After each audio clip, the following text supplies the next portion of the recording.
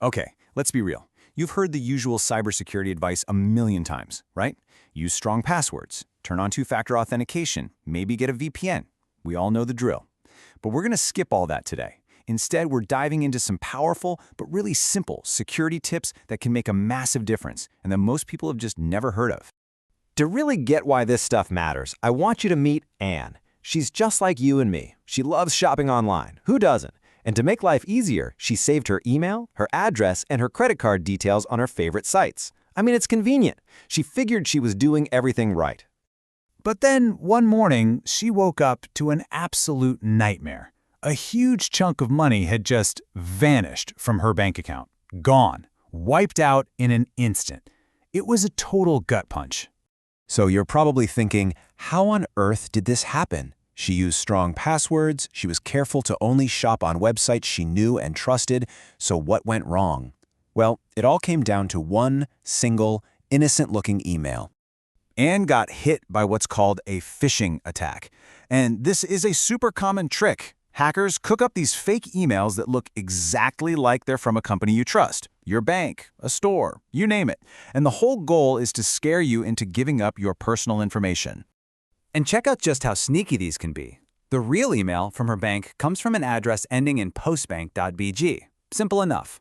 But the phishing email, it uses this fake address, a generic greeting like "Dear valued customer," and a message designed to make you panic. That sense of urgency is their biggest weapon.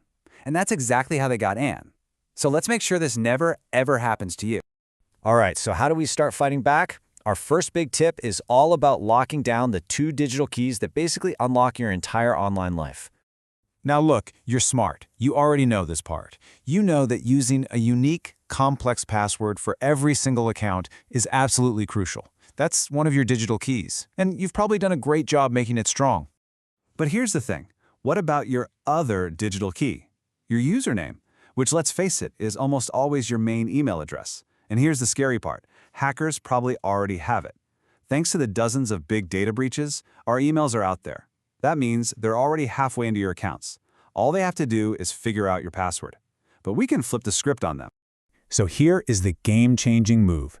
Create a brand new, totally secret email address.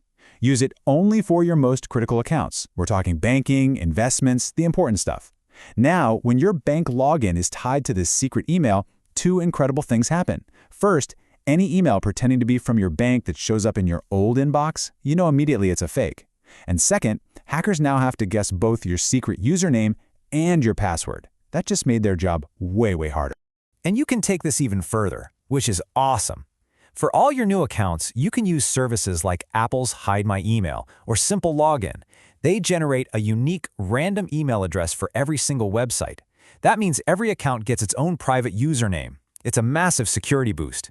You can even do a low-tech version with a plus trick. Just add a plus and the site's name to your email, like your name plus Netflix at email.com. It still goes to your inbox, but it helps you see who's selling your data. Okay, let's shift gears and talk about money, specifically how you're paying for things out in the real world every single day. You might not think there's a difference between swiping your card and tapping your phone, but security-wise, it is night and day. When you use your physical card, you're literally handing the merchant your real, permanent credit card number. If their system gets hacked, which happens all the time, your info is gone. But when you tap your phone, the merchant only gets a temporary, one-time use token. If they get breached, who cares? That token is completely useless. And the best part? This is so easy to set up. You just open the wallet app on your phone, Apple Pay, Google Pay, whatever you've got, add your card, and that's it. You're done. Now you can pretty much leave your physical cards at home and use a much safer way to pay for everything. Next up, we're going to talk about what is, without a doubt, the single most effective thing you can possibly do to protect yourself from identity theft. No, seriously, I am not exaggerating when I say this is the most important tip in this whole explainer. It's simple, it's free, and it is unbelievably powerful. It's called a credit freeze, and it basically puts a giant padlock on your credit file. See, here's how it works. Anytime someone tries to open a new credit card or get a loan in your name, the lender has to check your credit history. With a freeze in place, you're telling the credit bureaus, nope, don't release my information to anyone. The request gets denied, and the thief is stopped cold. Now, I know what you might be thinking. Isn't this a huge hassle? Nope. Let's bust some myths. A credit freeze is 100% free. If you actually need to apply for a car loan or a mortgage, you can temporarily thaw it online in just a few minutes. It has absolutely zero effect on your existing credit score. There is literally no good reason not to have one. All right, for our last section, let's talk about a few simple, everyday habits that can make a huge difference in your security, especially when you're out and about. We've all been there, right? You're at a coffee shop or an airport, and that free public Wi-Fi is calling your name. But just don't. You have no idea who set it up, if it's secure, or if it's a trap. The much, much safer, and honestly, usually faster option is to just use your phone's own data. You already trust your mobile provider. Stick with it.